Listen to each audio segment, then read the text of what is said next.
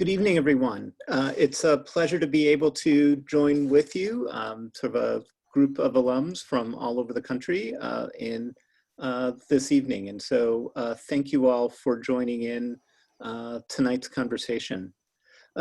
In the past few months, I found myself revisiting many works of writing, but in particular, the writing and work of James Baldwin, who I often revisit at times where I need deeper inspiration.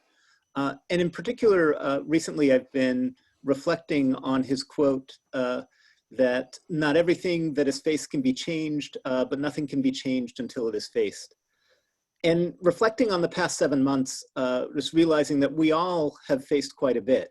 We faced a deadly pandemic that has claimed the lives of over 200,000 Americans, disproportionately from brown and Black communities, economic disruption that has accelerated forces of inequality, a steady stream of painful losses of Black lives to systematic police violence, political polarization undermining confidence in institutions meant to protect our rights, including the Supreme Court, and threats to election integrity thrown down from the highest seats of power. And all of these major crises on the national stage have led many of us, including some of us at Kenyon, to face with clear intention issues closer to home, examples of racial inequity on our campus and within our local communities. And while the challenges we faced may feel overwhelming at times, I've also seen a great deal of evidence for hope. Hundreds who turned out for a march in support of Black Lives Matter in Mount Vernon, Ohio this summer, Kenyon faculty dedicating their time to create and participate in the Kenyon Equity Institute, a program to support efforts to create more equitable and supportive classroom environments. Dozens of students and community members engaged in conversations at the Gambier Village Council about policing in our community. And all of these things give me hope, not only because do I see people facing the challenges, but I see them pushing for change. And while the path ahead isn't going to be smooth or linear, I do think that changes will actually come. And so as this academic year gets its start, and it's already a year that's like no other before it, with parts of our campus community dispersed around the world by the COVID-19 pandemic, Kenyon is taking on the challenge of working towards building an anti-racist institution that not only prioritizes diversity, equity, and inclusion, but seeks to actively dismantle structures that perpetuate racial discrimination. And this involves universal education for students, faculty, and staff on best practices, addressing the needs of students and faculty of color, and taking an active role in broader Knox County community, in the broader Knox County community on these issues. This is work that's critical to our mission as a liberal arts college, our mission of educating students to lead lives of consequence. And this work is going to require all of us, students, faculty, staff, and alumni, working together about Kenyon and within Kenyon, but also within our own local communities to not only face the challenges, but also affect change. And that's actually why I'm really pleased tonight that we have the opportunity to hear from alums from the Southeastern region on their perspectives on Southern responses to social injustice. The campus efforts are being led by Ted Mason, Professor of English and Associate Provost for Diversity, Equity, and Inclusion. And it's my pleasure to pass the baton tonight to Professor Mason to lay the context and introduce tonight's panel. So Professor Mason. Thank you, President Decatur. As Sean said, my name is Ted Mason. Good evening. I'm Associate Provost for Diversity, Equity, and Inclusion here at Kenyon. And I also teach in the English department. And I began my career here at Kenyon sometime during the last century. I shall say no more. All right. I have the distinct honor, though, of moderating this evening's panel on Southern responses to social injustice. And we are lucky enough to have 4 distinguished panelists with us. In a minute, I will introduce them, and then we'll get down to business. Before we do that, though, I just want to say that we will leave time at the end to address the questions that you will have sent to Taylor Hazan. But however, if a truly compelling question comes that seems germane to what we're talking about, Taylor said she'll let me know, so we might address it on the fly. I've also been asked to let you know that if your question is not addressed this evening, we will reach out to you with a response. So, to our panelists. This evening, we are joined by Michaela Jenkins, class of 19, who is a sociology PhD student at Emory University. Born and raised in Columbia, South Carolina, she studies concepts of citizenship, ethnicity, and culture. Her research focuses on reframing the political behaviors and educations of Black Americans in the context of historical disenfranchisement, and considering how the changing ethnic composition of Black people in the United States affects political and cultural futures. She was also named the 2019 Poet Laureate of Gambier, Ohio, July 4th in 2019. I was there, listened to her stirring reading. I recommend her work highly. We are also joined by Raja Malika Rahim, a native of Richmond, Virginia. She is the Maryland Yarborough Dissertation and Teaching Fellow and a visiting instructor in history at Kenyon College and a PhD candidate in history at the University of Florida. She received a BA and an MA degrees in history from North Carolina Central University and Historically Black College in Durham, North Carolina. As a social and cultural historian, her research and pedagogy focuses include United States history, African American history, sports history, women's and gender studies, oral history, and digital humanities. Her current dissertation research, A Family That Plays Together African Americans in the Making of College Basketball in the 20th Century, 1912 to 1972, examines the political, cultural, and social worlds of college basketball at historically Black colleges and universities, and how African Americans use the game as a site for solidarity and political resistance. Elkinsette Clinton, class of '02, is an educator, author, and speaker. After graduating from Kenyon with a degree in sociology, she embarked on a professional journey spanning a variety of educational and nonprofit settings. In 2011, she started a blog to document the challenges of balancing a full-time job, raising her daughter, and completing a Master's of Education at the University of Rhode Island. The response to this blog inspired her to pursue her lifelong dream of becoming a life coach. Savvy Moms Unite, Elkinsette's concern, offers individual and group coaching to mothers working to achieve success in both their careers and family lives. And finally, Brenden Keefe, class of '90, is the chief investigative reporter for The Reveal on 11 Live TV in Atlanta, focusing on uncovering systemic and institutional failures. He primarily works alone as his own photographer, video editor, researcher, and producer. And he has been recognized with the Peabody Award, DuPont Columbia Award, 105 Emmys, and 5 National Edward R. Murrow Awards. Thank all of you for being here this evening. I'd like to begin by asking you all just a general question. And it's as follows. How are you personally faring these days, given the pressures brought about by the global pandemic, the struggle for racial justice in the United States, the upcoming election, and all the other challenges confronting us? Michaela, I'm going to let you go first, since you're first on my screen. Sounds good. It's definitely been an interesting start to continuing my education. So I had about a semester and a half on Emory's campus before we moved online, and I've been doing all of my work both as a graduate student and as a TA online. And so it's been really interesting to think about how doing digital work affects, the way we educate. I'm sure this is on the minds of many people in Gambier, but also how it is going to affect the way that we gather data and, create research in the future. I think in some senses it will be helpful, and that hopefully there will be a greater acceptance of digital media and digital methodologies. But it also has been a bit inconvenient, but I'm doing well, all things considered. Okay, wonderful. Thank you for being with us this evening. Raja, please, how about you? How are you doing? I'm well, and I want to just start by thanking everyone for tuning in and joining us this evening. Well, on the East Coast, it's 8 o'clock or 8:11 actually. So it's evening on my end. So as far as being a historian, being a PhD student, a part of me is embracing everything that is going on because it fits directly within my fields of interest, within the classroom and within my own research. So in many ways, I'm embracing it. I'm open to the changes that are happening, the conversations that are taking place. Although they may be difficult, they are necessary. And so for me, I'm just adapting and using all of that to help shape who I am as a person and the research that I'm putting out. Great, wonderful, thank you. And thank you for being here.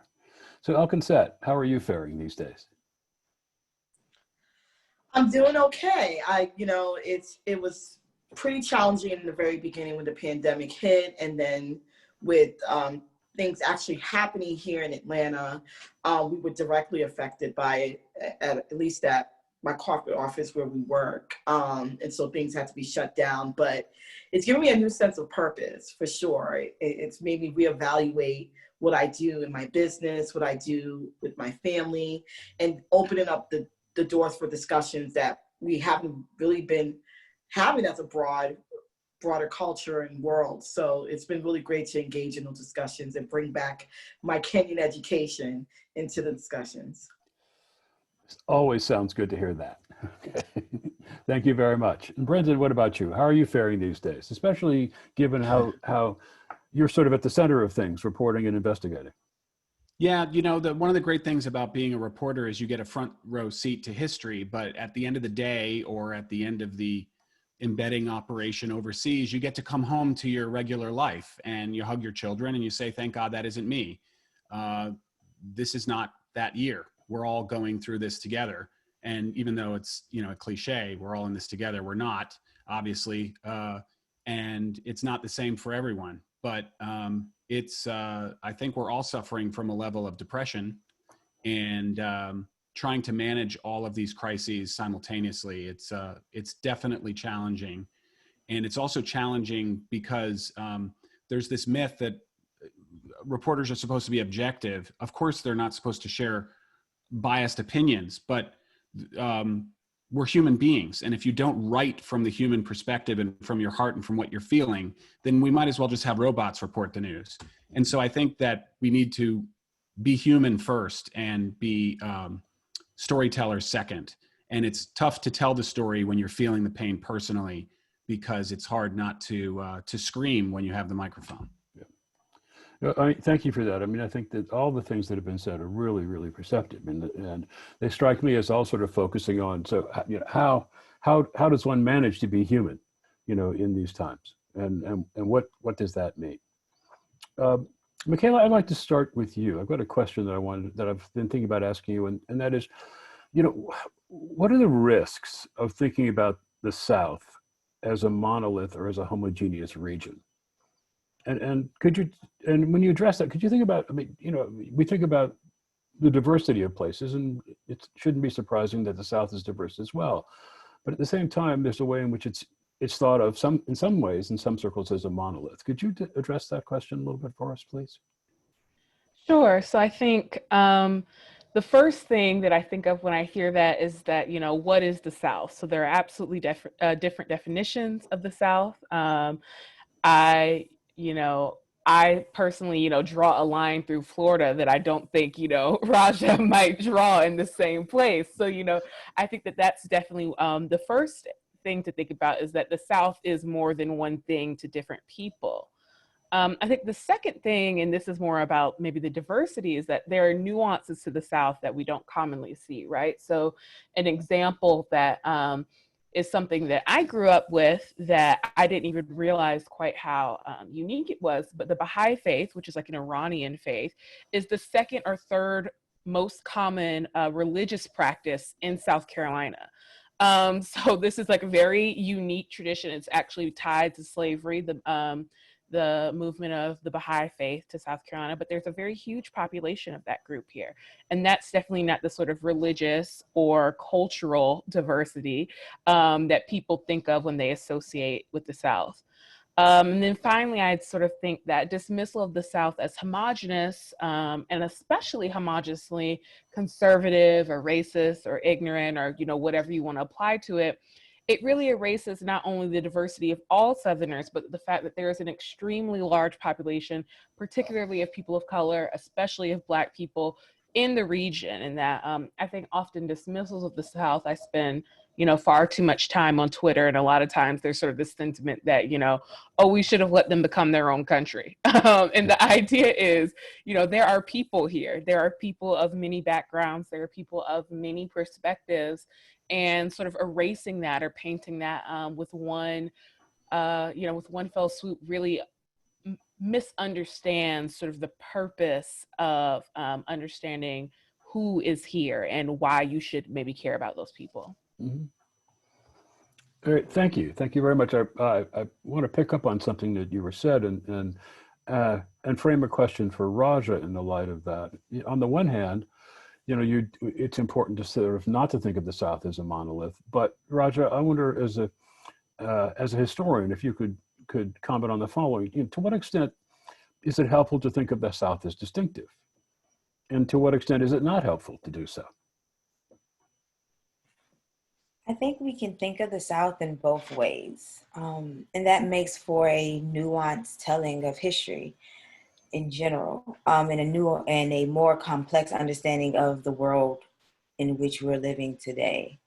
As Michaela already pointed out, the South is very distinctive if you're just looking at the southern states, and then the regions and the local places within the South.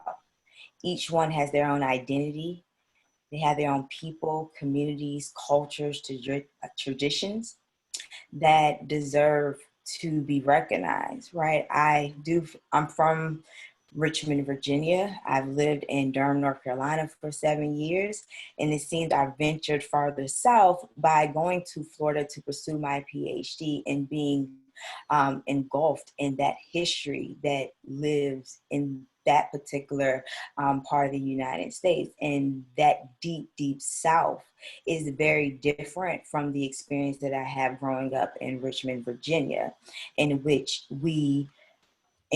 although there are protests around the monuments were a part of our culture, our identity as Virginians. Even if you identify as an African American or a person of color, you recognize that. Monument Avenue just doesn't recognize the Confederate soldiers and generals here that were born in Richmond, but they also include Arthur Ashe, for example, and Bill Bojangles Robinson, who came out of these places, and Black statues that represent Black cultures here in Richmond. So there's a lot of nuances, as we already mentioned, in studying the South, and there's different perspectives in which to study the South. And I choose to study Southern history by using sports, getting people to understand the sporting culture and traditions that lived within the South, not only at historically Black colleges and within Black communities, but also how they tie to white colleges within North Carolina and other places in the South. So we can say that the South is different, that there's a lot of racism in the South and only racism lives in the South, but that is not true, because we also can remember the race riots that happened in Detroit and other places. And so we have to keep that in mind.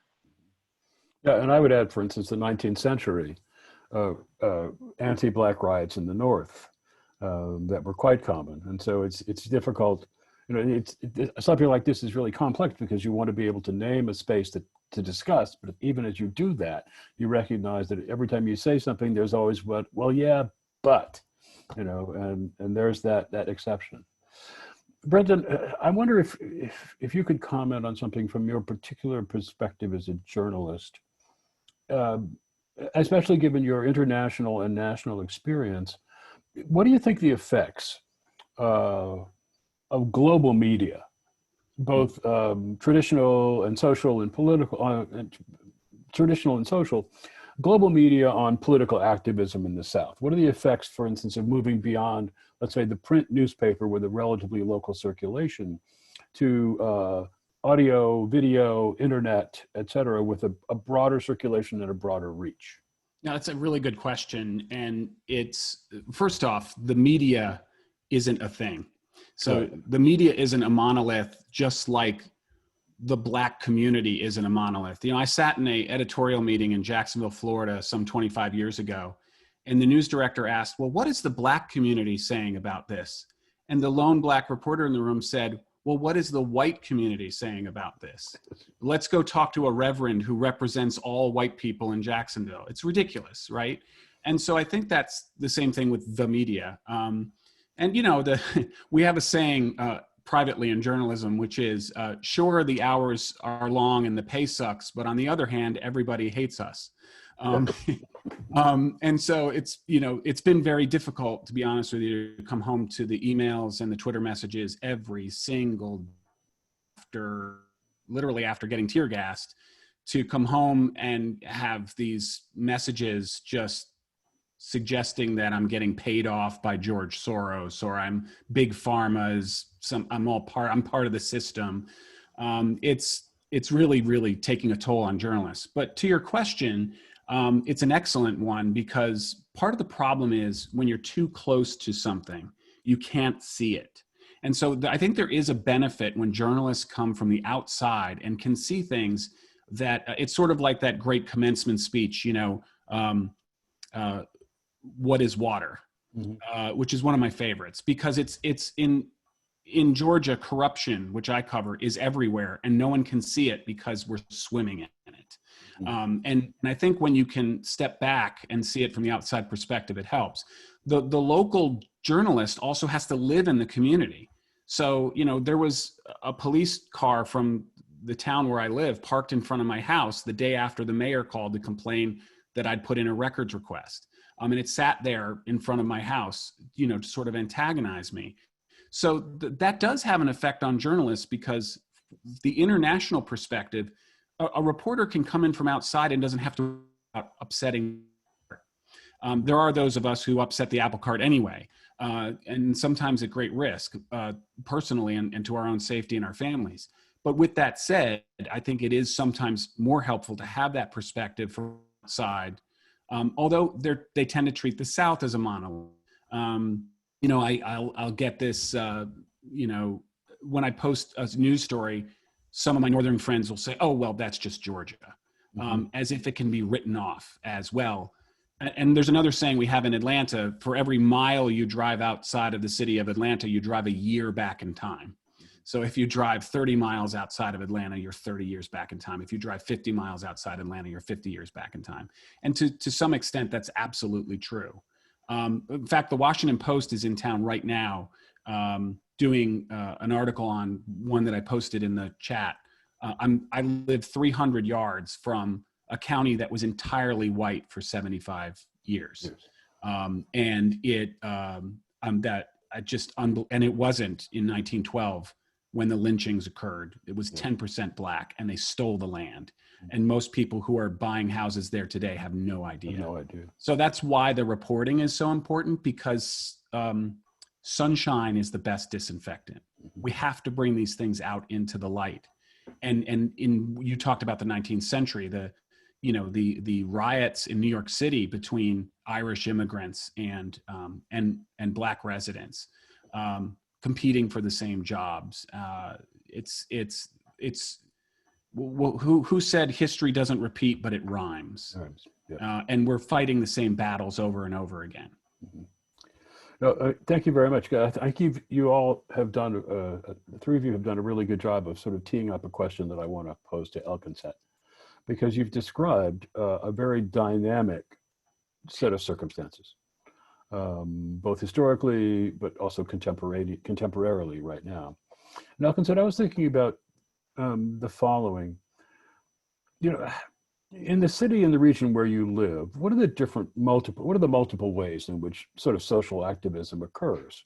Since presumably this very dynamic situation in which things that need to be changed show up, people have responses, but not everybody can have the same response. So in the city and region where you work and live, what versions of social activism are you seeing? And what effects does this being in the South have on those?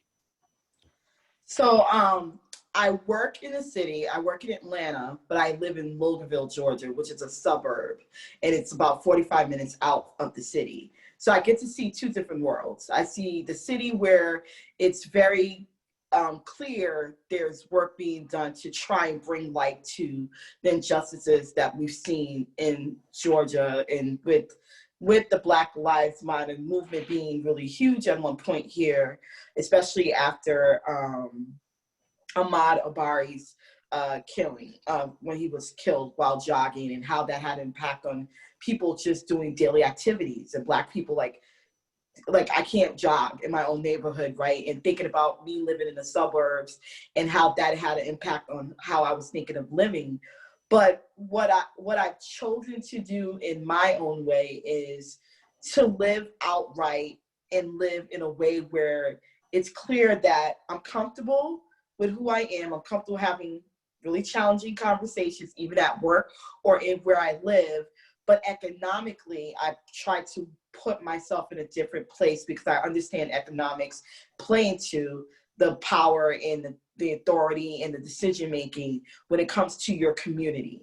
You know, if my neighbors who I have a very mixed neighborhood. It's both Black and white and Hispanic, and we all our kids go to the same school. So economically, we're all pretty much in the same situation, and we have the authority to make decisions locally about where our tax dollars go, who we can put in charge of making decisions. We have an active activity that we're having meetings in the HOA, doing stuff like that in the local community, but also doing stuff where I work too, where we're having encouraging and pushing our company to have an action plan in place to address those issues and actually not ignoring it because it was happening right outside our door.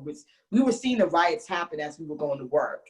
So they couldn't ignore it. They had to address it even at work and taking a whole day out to talk about the issues and talk about what they wanted to do in terms of how they recruit, how we talk about those things, how they're impacting us emotionally, financially. When you don't address it, you will lose out. You will not only lose attention, but you'll lose on the quality of people that come to your door. So it's definitely been in my own small way through my community, through my business. My business focuses on helping Black single moms and helping them become more educated around financial literacy and being empowered that way and owning stuff. And I see a lot of that. Black ownership is pretty common where I live. And so it's not common that the store down the street is owned by a Black person, or you have your pickings when it comes to Black businesses. Mm-hmm. Yeah, I thank you for that response. It's very, very helpful. I'd like to open that also to Michaela and Raja. And Brenden, how are you seeing social activism occurring? What are the multiple ways in which it's showing up for you? Michaela, how about if we start with you, and then we'll go to Raja and then Brenden. Sure. So I think one thing is that there are people participating in protest who have never participated before. And I think, this is a really positive thing, of course, to have an opening up of the civic process to all sorts of people who want to express themselves in different ways. But I also think there's a lot of people who don't know how they can be helpful. And I think that the structure of your community and the history of your community has a lot to do with how you can be most helpful. So for example, I'm here in Atlanta, as I love Atlanta and I grew up 3 hours from Atlanta, but I am not a part of Atlanta's activist community because I'm here as a graduate student. I am not here under the same context that many Atlantans are living today. And so I think that there's always the question of how can I be most helpful in the method that I am here today. So whether that's pushing, Emory as an institution to provide more support or be explicit with their stance that they, for example, would not punish graduate students and undergraduates who went out to protest and may be arrested or censored for things like that. Those are things that I think are forms of activism that can be helpful if you're in a community that you're not necessarily from or of. And then I think one other thing that can be really helpful is if you are away from your community, like I am for Columbia and South Carolina as a whole, I think it's always helpful to tell the stories and the histories of that place, because I think so often there's this sort of feeling that every time we protest, it's like it's happening for the first time. Like the Right. nation protested one time in 1960, and then we did it for the next time in 2020. Like it's never been done before. And so I think Right. thinking about the revolutionary history, particularly in your hometown, you know, whether that be a Southern location or not, can be a really helpful way to encourage social activism and make it more feasible for people to participate in. No, I think that's very shrewd. I mean, there is a way in which we have a tendency to sort of bracket things that we see, you know, as you say, as though there were had been no sort of anti-lynching march in New York City led by W.B. Du Bois after World War I, or for instance, Black women agitating for the vote, you know, as though they never existed. So we freeze those moments in time. Raja, what about you? What are you seeing? What are you thinking about the way in which social activism is occurring in the South? And maybe you could comment on your experience in Florida. Yeah. Well, to kind of reiterate Michaela's point that activism comes in multiple forms. There are people who take to the streets with signs, who are willing to stand on the front lines in front of police officers and tear gas. And there are people who are working through business. And like myself, I'm working through education and sports, how to make those places and more inclusive of multiple people who share and have different identities. And one of the ways I am performing social activism and participating in this current movement is through my research. It is through my teaching. It is through telling the stories that Michaela said of those local communities that are often overlooked and marginalized, and their stories go unheard. It's bringing those to the forefront. It's within my teaching plans. I'm literally following the George Floyd murder. I revamped my syllabus. It was no way that I could ignore this life-changing moment. I know for me, I woke up and I watched a video, and a part of who I am and what I studied just said, another Black life is gone. I closed my phone and I continued to move on without really processing it initially. But then it forced me to say, I have to talk about this with my students. It's going to be difficult, but if we really want to enact change and really have a revolution in which we really undo systems of racism and white supremacy, we have to have those hard conversations. You have to be open, have to have an open mind, an open spirit, an open heart, open ears, open eyes. Like you just have to be willing to go in and be all in and say that I'm not perfect. I'm not perfect, even though I identify as a Black woman. I have to be careful because of where I'm at in my positions, not to reinforce those systems that ultimately exclude others, and to even still correct who I am based on my upbringing. Mm-hmm. And I always let people know I'm from Richmond, Virginia. I'm from the home of the Confederacy, where they made it their capital. And I'm from the place where we brought the first enslaved Black bodies.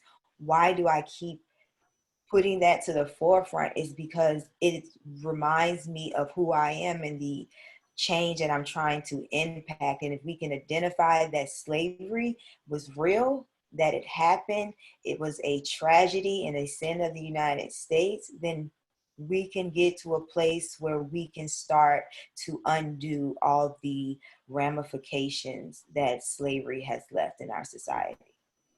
And again, I'm grateful for the things you all are saying, because this suggests that, again, we know about the complexity of this and the way in which we are all sort of implicated to one degree or another, and that it's 400 years of history is not undone, you know, in an afternoon or a morning or a year.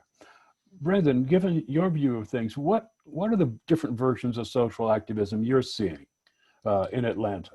Well, I've been on the streets covering this since Rayshard Brooks, actually since George Floyd, before Rayshard Brooks. You know, the Atlanta was a surprise to a lot of people. You didn't see the marching here 50 years ago. That you started to see some protests here, and of course we reacted because all of a sudden there's a protest and now there's police in riot gear.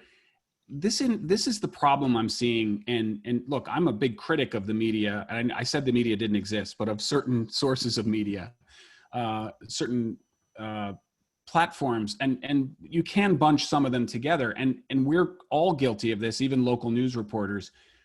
So the other day, just the other day, I was marching, covering as a reporter. This would have been last Friday night.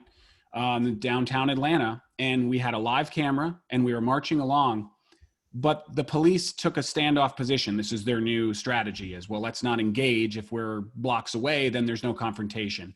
And I kept telling the control room, hey, look, take my live shot, put me on TV.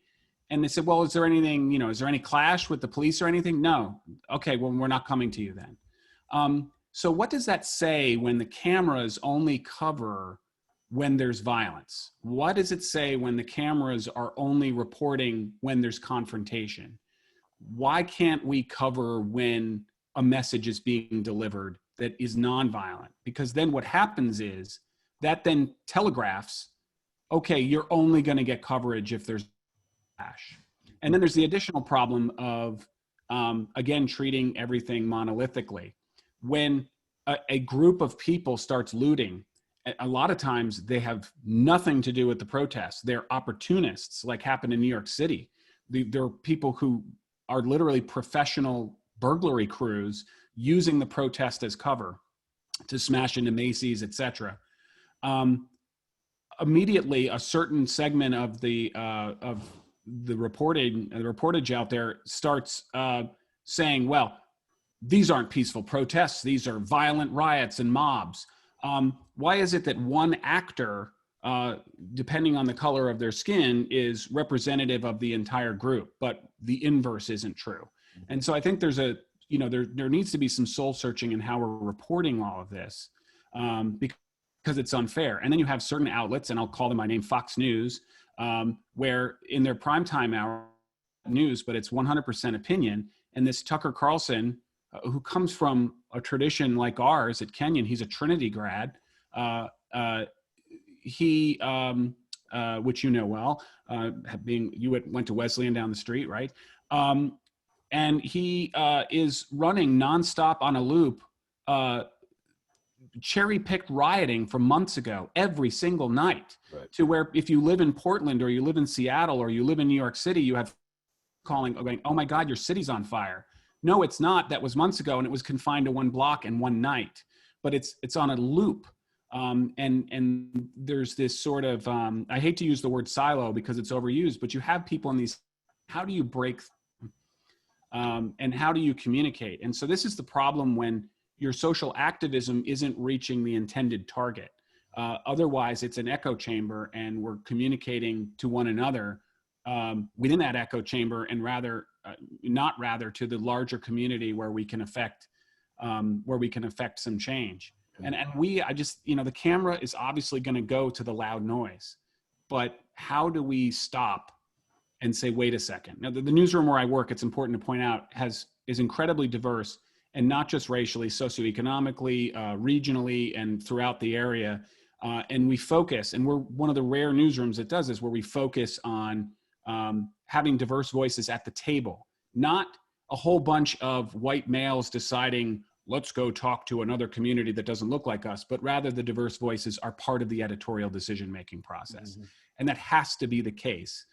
So then, and we're also not talking about groups, we're talking with groups and listening.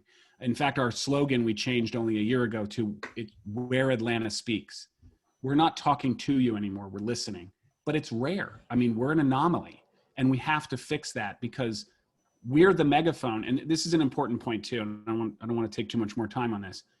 in investigative reporting, particularly television investigative reporting, we get accused of advocacy, but it's not advocacy. Amplifying smaller voices.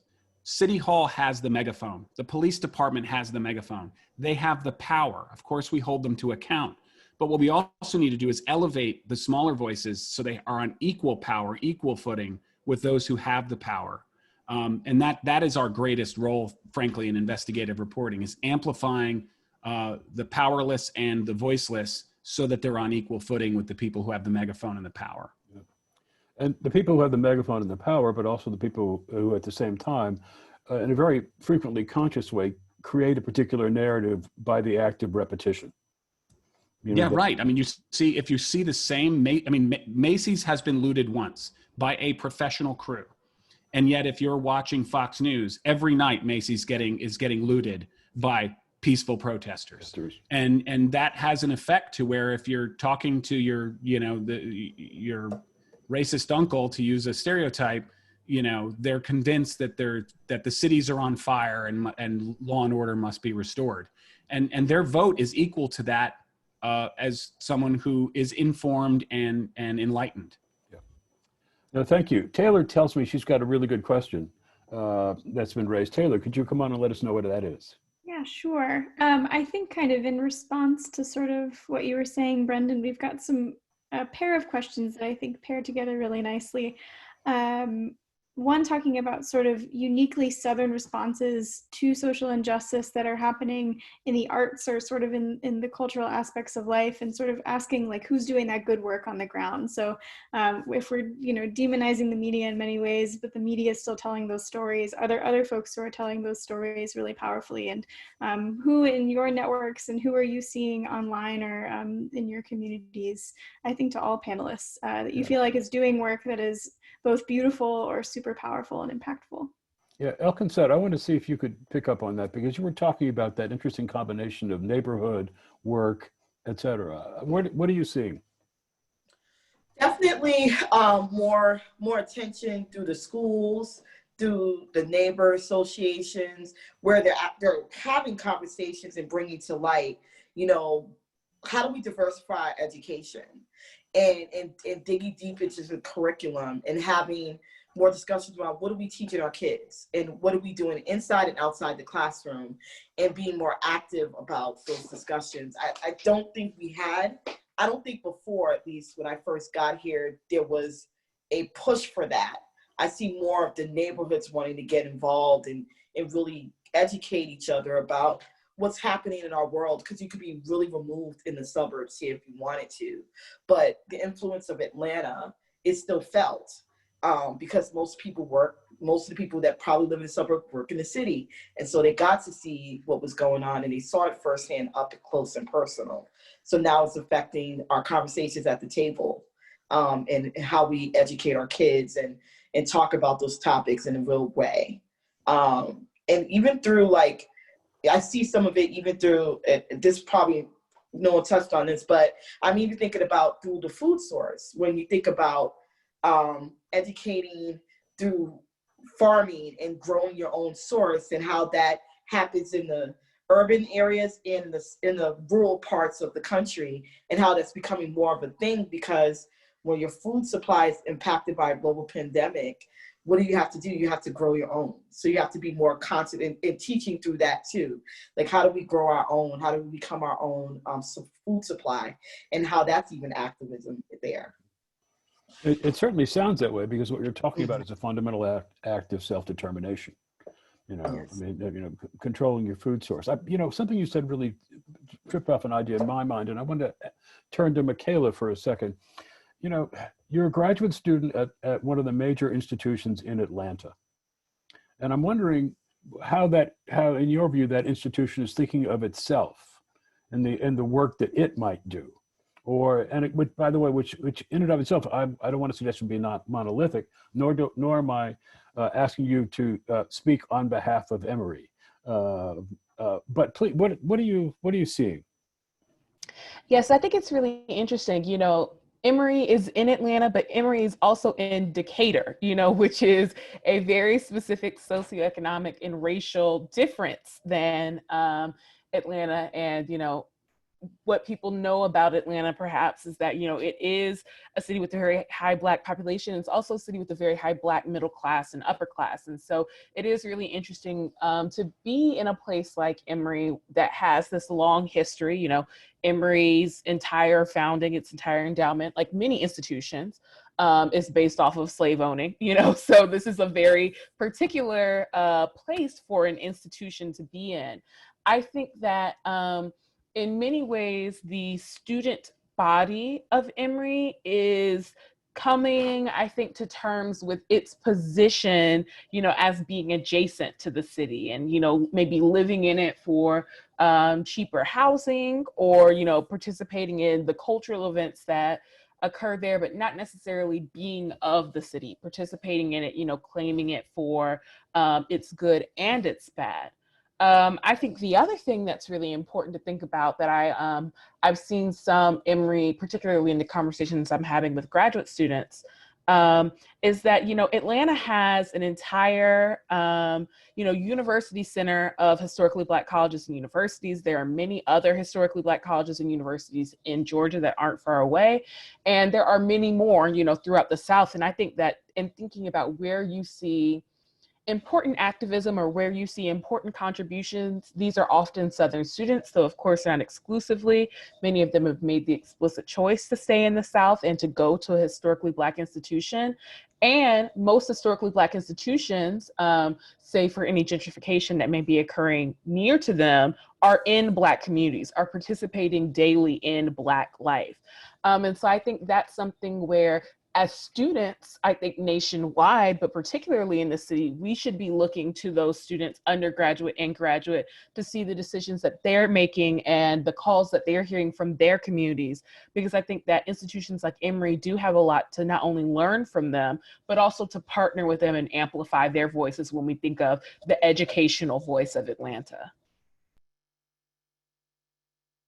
Professor Mason, you're on mute, I think. Yes, I know. My students are happy when that happens. Taylor has another question, and I think Taylor, it sounds like you might want to frame that Raja. It might be right up Raja's alley in a way. The one on educating oneself. Yeah, for sure. We have a couple of questions in and around the book White Fragility and sort of thoughts around that, as well as someone who's starting a nonprofit that's working in and around the school to prison pipeline. And so two folks, I think, that are really thinking very deeply about educating oneself about the South, I think, and racism in the South, as well as just, I think, racism in general and injustice in general. And so my internet says it's unstable, so let me know if I need to repeat the question. But I think folks kind of want to hear about your perspectives on how we can best educate ourselves as folks trying to learn about racism at large in the United States, as well as specifically in the South. Okay. I heard you, just to acknowledge that. To me, there's a lot of ways that can be done, and one has to be open to doing so. That's first and foremost, and have to actively seek it, because that is the kind of what we're talking about, the marginalization, the omission of these stories and these narratives that are very much in our face today. And one mentioned the book White Fragility. There is a wave of new scholarship that is coming forth that has been published in the past couple of years. But this scholarship is also a reminder that scholars have been talking about these issues and have been putting out the warning calls for a very long time, to get us to a place where we recognize the potential fire before someone lights the match to it. And along those lines, my background and my training, I was under Professor Ibram Kendi, who has written the book Stamped from the Beginning. It is a history of racist ideas. That's a starting point. Followed by that, he published How to Be an Anti-Racist. That is the follow-up. in which we can really ask ourselves, how can we actively not just say we're not racist, but actually show that we're not racist and participate in anti-racist activities. And when you see something, say something, do something about the injustice, and not just walk away or being silent or go into a private room and say this happens, though those private conversations are necessary. The problem is there's too many private conversations happening, and it needs to be more public conversation, more of those hard conversations. And so that is a way. And then to kind of, getting back to the points that were already made, is within your local community. You can go to the local museum. And if there's not a Black museum in your community, then hey, you have to ask yourself, am I living in a racist community? Does my community have historic ties to racism? And 9 times out of 10, the answer is going to be yes. But with identifying that injustice, you will see that there's probably an ignorance of recognizing women within the community, with also recognizing LGBTQ identifying people within that community, and they deserve a place in a space to be heard and to be seen as well. And so starting within your community, as we already said, and then reading. We as scholars, we don't just write about history because we want to tell these stories about, let me tell you what happened in the past, but they're also about, look at what happened in the past, understand what happened in the past, contextualize it, embrace it, and see how it fits into the current discourse and how it fits into your current life and in your current community, in the institutions in which you work, for example. And if I could, I would say, just as a scholar myself, one of the, and I'm thinking here of a course that I always teach when I'm teaching this spring, Race in the 19th Century Literary Imagination. It's about US fiction. One of the challenges is that, race has been a dominant category, not simply of understanding the world, but creating the world for more than 400 years. And so it has become it is part and parcel of everything we do. But the challenge with it, of course, is that it manages to mask itself. And unmasking that, I think, is one of the great challenges. And the work of anti-racism is about unmasking. Unmasking, knowing, learning, unmasking, be willing to look and say, well, all right, now we know this, what do we do? But the first thing to do, I think, is to know. Taylor, we are at time. We're very close to time here. And I wanted to turn it back to you. But first, I did want to sort of say that I'm very proud to be in front of all of you this evening, and very proud of this conversation, and because I think of it as part and parcel of the anti-racism work the college has committed itself to. And I would say my email is available to masontE@kenyon.edu. It's one of my jobs to coordinate many of these efforts across the college. I'm not responsible for all of them, but my job is to help coordinate. And if you have questions about it, I would be more than willing to answer those questions. So please feel free to email me.